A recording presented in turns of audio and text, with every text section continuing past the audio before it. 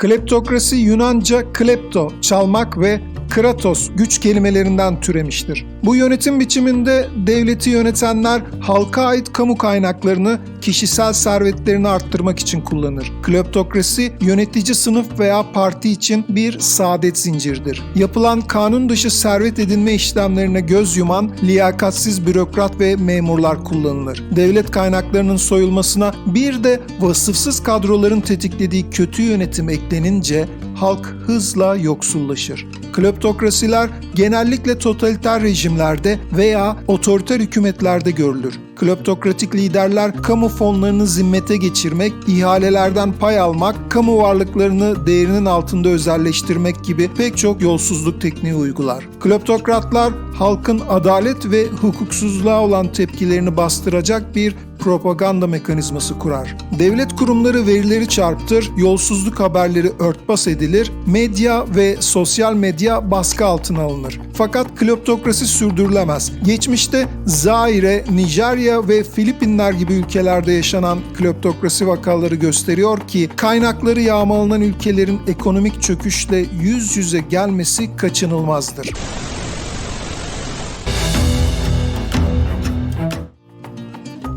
Peki tarihteki en büyük kleptokratlar kimlerdi? Ülkelerini nasıl soydular ve servetlerini nereye kaçırıp nasıl gizlediler? Şimdi dünyanın en şaşırtıcı kleptokrasi vakalarına bir göz atalım.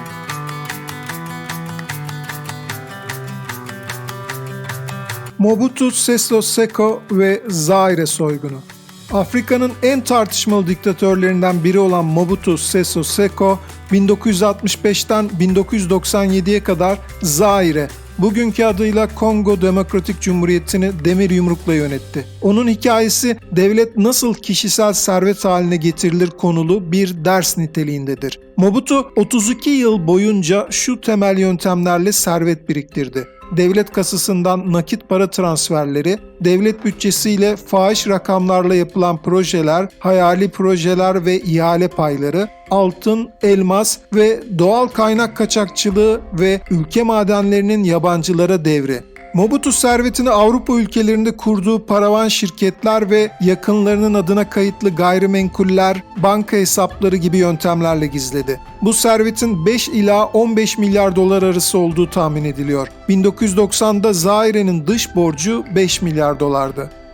Mobutu doğduğu köy olan Gbadolite'de 1980'lerde yaklaşık 150 milyon dolara mal olan bir havalimanı ve lüks bir saray inşa ettirdi. İşin trajik yönü köyü şehre bağlayan bir asfalt yol, su, elektrik yokken saray ve havalimanı için dizel jeneratörler ve su arıtma sistemleri kurulmuştu. Otokratik ve teokratik yönetimler toplumu liderler en güzelini hak eder yalanıyla avutur ve haksızca kazanca devlet kaynaklarının yağmalanmasına kılıf örer. Tarih gösteriyor ki halkın bir kısmı ancak saltanat yıkıldığında gerçeklerin farkına varmıştır. Mobutu 1997'de devrildi ve ülkeden kaçtı. Zaire zengin kaynaklara sahip olmasına rağmen dünyanın en yoksul ülkelerinden biri haline gelmişti. Onun dönemi kleptokrasi kelimesinin sözlük açıklamalarında verilen ilk örnektir. Marcos Hanedanı, Filipinlerin altın hırsızları. Ferdinand Marcos 1965 ve 1986 yılları arasında Filipinler'de 20 yıl boyunca otoriter ve kleptokratik bir rejim sürdürdü. Marcos ailesi Filipinler halkından şu yöntemlerle 10 milyar dolardan fazla para çaldı. Altyapı yatırımı, savunma bütçesi gibi amaçlarla oluşturulan ödeneklerin yüksek maliyetlerden fark almak, ihale bedeli almak ve hayali projeler yoluyla çalınan paralar. Hayali şirketler ve sahte vakıflar kurarak devlet kaynaklarının transferi, altın ve değerli maden kaçakçılığı. 1980'lerde Filipin halkı açlıkla mücadele ederken başkanın eşi Imelda Marcos'un 3000'den fazla ayakkabı içeren bir ayakkabı koleksiyonu vardı. Marcos ailesi her kleptokratik lider gibi yakın çevrelerinde partililer, kamu yöneticileri ve yandaş özel sektörden oluşan bir saadet zinciri kurdu. Marcos dönemindeki iktidar çevresi kronik kapitalizm, kayırmacı kapitalizm olarak bilinir. People Power devrimi 1986 yılında Filipinler'de halkın kitlesel ve barışçıl gösterilerle Ferdinand Marcos'un 20 yıllık diktatörlüğünü sona erdirdiği halk ayaklanmasıdır. Marcos ailesi devrildiklerinde arkalarında derin bir ekonomik kriz ve yıkım bıraktı. Kaçarken uçaklarına altın külçeleri, mücevherler ve nakit paralar yüklendi. Amerika Birleşik Devletleri gümrük kayıtlarına göre uçaktan indirilen kişisel bavulların içeriği hariç kayıtlı emtia değeri 700 milyon dolardı. Abaka rejimi, Nijerya'nın petrol serveti nasıl buhar oldu? Sani Abaka darbeyle iktidara geldiği Nijerya'yı 1993-1998 yılları arasında demir yumrukla yönetti. Political meetings and associations of any type in any part of the country are hereby banned. Abaka, ülkenin petrol gelirlerini şu yollarla kişisel servete dönüştürdü. Petrol satış gelirlerinin doğrudan gizli hesaplara aktarılması, ihalelerden ve özel sektöre tanınan imtiyazlardan pay alma, hayali güvenlik bütçeleriyle kamu fonlarının iç edilmesi, offshore şirketler aracılığıyla uluslararası banka ağına para aktarılması. Uluslararası raporlara göre Abaka ailesi 4,3 milyar dolardan fazla parayı İsviçre, Lüksemburg ve İngiltere'deki hesaplara aktardı. Sani Abaka döneminde Nijerya Merkez Bankası adeta onun kişisel ATM'si gibiydi. En şaşırtıcı olaylardan biri Abaka'nın başkent Abuay'daki başkanlık sarayında kendisi adına yaptırdığı gizli kasa odasıydı. 1998'de ani ölümünün ardından bu kasada 700 milyon dolar nakit para bulundu. Ancak Abaka'nın servetinin büyük bölümü yurt dışı banka ve offshore hesaplarda kaldı. Nijerya hükümeti yıllarca Abaka'nın yurt dışında açtığı hesapların izini sürdü. Bugün bile çalınan paraların tamamı geri alınabilmiş değil. Mısır'da yağma, Mübarek ailesinin kleptokrasi dönemi. Muhammed Hüsnü Mübarek 1981'de suikaste kurban gider Enver Sedat'ın ardından Mısır'ın başına geçti. Tam 30 yıl boyunca ülkeyi otoriter bir rejimle yönetti. Bu süreçte Mübarek ve ailesi devlet imkanlarını kişisel servet edinmek için kullandı. Mübarek ailesinin Mısır'dan kaçırdığı servetin 70 milyar dolar olduğu iddia ediliyor. Mübarek rejiminin devleti soyma yöntemleri şunlardı: devlet ihalelerinden gizli pay alma, enerji ve altyapı projelerinden komisyon toplama, kamu şirketleri ve kamu arazilerini özel yatırımcılara düşük bedellerle satma, offshore ağlarla para transferi. Hüsnü Mübarek, Arap Baharı'nın ardından 2011 tarihinde istifa ederek görevinden ayrıldı. Hüsnü Mübarek ve oğulları 30 yıl boyunca edindikleri kaynağı belirsiz servet ile Avrupa'nın çeşitli şehirlerinde yüzlerce konut aldı ve milyonlarca doların İsviçre bankalarına yatırıldığı biliniyor. Mısır hükümeti kanunsuz yollarla Mübarek ailesince edinilmiş servetin iadesi için pek çok girişimde bulundu.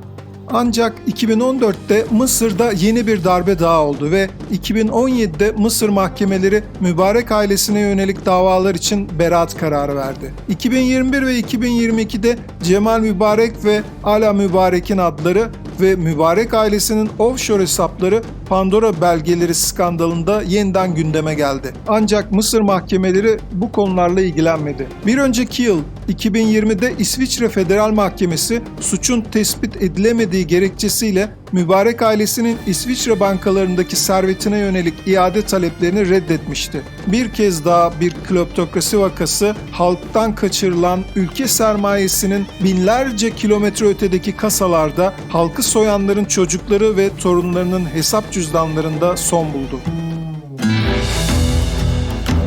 Moskova'dan Londra'ya Rus oligarkların yükselişi. Sovyetler Birliği'nin 1991'de dağılmasıyla birlikte Rusya'nın kamu varlıkları özelleştirme adı altında sonradan oligark olarak tanımlanan bir avuç insanın eline geçti. Bu süreçte ülkenin enerji, maden ve altyapı gibi dev sektörleri yağmalandı. Kısa süre içinde birkaç kişi dünyanın en zengin insanları arasına girdi. İşte o dönem öne çıkan 5 Rus oligark. Roman Abramovich, petrol ve alüminyum devlerinden pay alarak dünyanın en zenginleri listesine girdi. Boris Berezovsky, medya ve otomotiv sektörünü siyasi ilişkilerle ele geçirdi.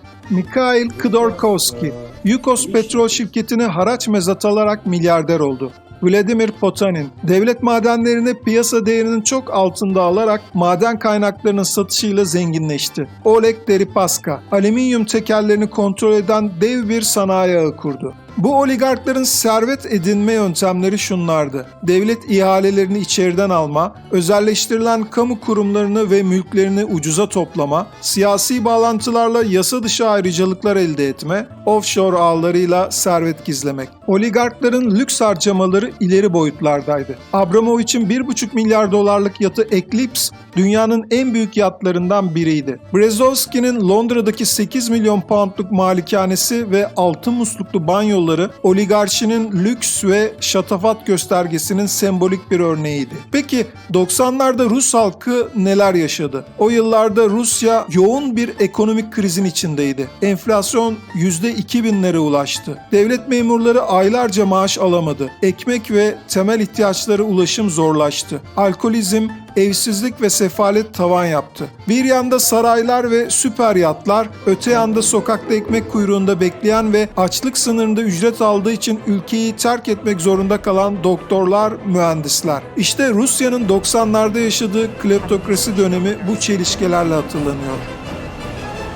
Offshore bankalar, para aklama ve saklama yöntemleri. Şimdi şu soruyu soralım. Bir diktatör milyarlarca doları çalarsa bu parayı nereye saklar? Cevap offshore hesaplar. Bunların pek çoğu dünya haritasında yerini bulmakta zorlanacağınız küçük ada ülkelerinde açılmış gizli banka hesapları. Offshore hesap nedir? Aslında bu sorunun yanıtı hesap sahibinin ikamet ettiği ülkeden farklı bir ülkede oluşturmuş olduğu bir finansal hesap. Ama içeriği tanımı kadar masum değil. Çünkü en çok tercih edilen offshore bankaların hedefi illegal parayı çekmektir. Offshore bankacılık sistemini sunan ülkeler sıfır vergi, kolayca kurulan anonim şirket adlarıyla gizli hesap açma gibi vaatlerle özellikle yasa dışı para kazanan siyasetçiler ve mafyayı veya kendi ülkesinde vergi ödemek istemeyen zenginleri kendisine çekmek ister. Cayman Adaları, Britanya Virgin Adaları, Bahamalar gibi yerler bu işin merkezidir. Bu ülkeler vergi cennettir çünkü banka gizliliği yüksektir. Kimse bu parayı nereden buldun demez. Üstelik düşük veya sıfır vergiyle banka hesapları açılabilir. Peki offshore sistemi nasıl işliyor? Kleptokrat devleti soyduktan sonra parayı kendi adıyla tutmaz. Bir offshore şirketi kurar. Bu şirketin Panama, Bahamalar gibi bir offshore vergi cennetinde banka hesabı vardır. Para o şirkete aktarılır. Görülürde her şey yasal. Şirketin arkasında kimin olduğu bilinmez. Çünkü offshore bankaların yer aldığı bu ülkelerde gizlilik yasaları vardır. 2016 yılında Panama belgeleri ve 2021 yılında Pandora Papers ile bu offshore hesaplara hangi siyasetçilerin, hangi şirket sahiplerinin, hangi mafya bağlantılı kişilerin para yatırdıkları, paraların transfer hareketleri ve servetlerinin miktarı ile ilgili pek çok bilgi ortaya çıktı. Bu belgeler gösterdi ki binlerce kişi servetini offshore sistemlerde gizliyor. Peki offshore hesapları ve gizli bankacılık sistemine neden izin veriliyor? Çünkü bu sistemden zengin ülkelerin finans merkezleri de faydalanıyor ve birçok ülke bu hesapları şeffaflaştırmak yerine korumayı tercih ediyor. Acı reçete ve trajik sonuç şu: kleptokratlar devleti soyuyor, offshore sistem kaçırdıkları serveti saklıyor, halk yoksullukla mücadele ederken milyarlar dünyanın bir ucundaki gizli kasalarda bekliyor. Pek çok diktatör ülkesinden kaçırdığı milyarlarca doların %1'ini harcayamadan ölüp gidiyor ve dürüst insanların alın terinden çalınmış ülke serveti kleptokratların çocukları ve torunları tarafından başka ülkelerde harcanmaya ve saklanmaya devam ediyor. Global ölçekte trilyonlarca dolar ve büyük bölümünün kaynağı belirsiz olarak offshore hesaplarda gizleniyor. Tüm dünyada offshore hesaplarda ne kadar para var? Bu soruya net bir yanıt vermek mümkün değil. Tahminlere göre offshore bankalarda saklanan toplam para 8 ila 36 trilyon dolar arasında. Bunun en az 10 trilyon dolarının yasa dışı yollarla elde edildiği tahmin ediliyor. Offshore'larla mücadele eden ülkeler, evet, bazı ülkeler ve kurumlar mücadele ediyor. Norveç, İsveç, Estonya, bu ülkeler yüksek şeffaflık standartları uygulayarak offshore hesaplara para aktarılması veya bu hesaplardan gelen paraların ülkeye girişini engelliyor. OECD, FATF kara para aklamaya karşı ülkelere baskı yapıyor. Amerika Birleşik Devletleri ve Avrupa Birliği son yıllarda bazı vergi cennetlerine yaptırımlar uygulamaya başladı. Tax Justice Network, Transparency International gibi STK'lar halkı bilinçlendiriyor.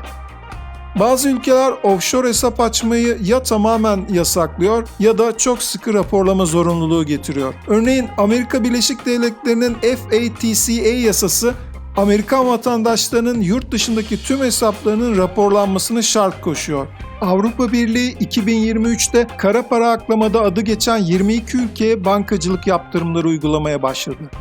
Gerçek bir başarı örneği ise Estonya. Bu küçük Baltık ülkesi dijitalleşme yoluyla kamu harcamalarının kontrolünü halka açık hale getirdi. Yolsuzluk neredeyse sıfır. E-Devlet sistemi sayesinde kamu harcamalarının her kuruşu izlenebilir durumda. Kleptokrasiden kurtulmak için 3 güç şart. Bağımsız yargı, özgür basın, güçlü sivil toplum ve bir şey daha, bilinçli halk. Çünkü politika pek çok ülkede sermaye tarafından finanse edilir ve politikacı bir mevki aldığında, iktidar olduğunda verdiği desteği misliyle bu sermaye talep eder. Yani halk ses çıkarmazsa, toplum bilinçli değilse ve kanunlar yolsuzlukla mücadele için yetersizse, politika ve sermaye birlikteliği haksız, hızlı ve misliyle kazanmak ve rant üretmek için işbirliği yapar. Kısaca işin anahtarı sorgulayan ve hesap soran halktır. Halk seçtiği siyasilere geçici bir yetki ve sadece yüksek memuriyet verdiğinin bilincinde olmalı. Biat ve itaat değil, kontrolör bir halk varsa, siyasetçiler her adımı ülke menfaatine atmak için daha istekli ve hukukun dışına çıkmamak için daha temkinli olacaktır.